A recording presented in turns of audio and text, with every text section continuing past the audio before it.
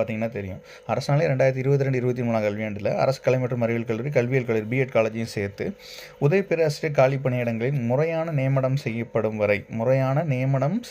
வரை அல்லது கல்வியாண்டின் இறுதி நாள் வரை இவற்றில் எது முந்தையதோ அதுவரை தற்காலிகமாக சுழற்சி 1 ஏற்கனவே 2021-22 அனுமதிக்கப்பட்ட 2423 கருவர்களை தற்காலிகமாக பணியமர்த்த அனுமதியும். அப்படின்னா இப்போ ரெக்ரூட்மெண்ட் போட ஆரம்பிக்கிறதுக்கு முன்னாடியே அங்கே இருக்கிற வேக்கன்சிக்கு காலியாகி இருக்கிறதுனால 2021-22 ஏற்கனவே அனுமதிக்கப்பட்ட காலி பணியிடங்கள் உதவி பேராசிரியர் எண்ணிக்கை 2423.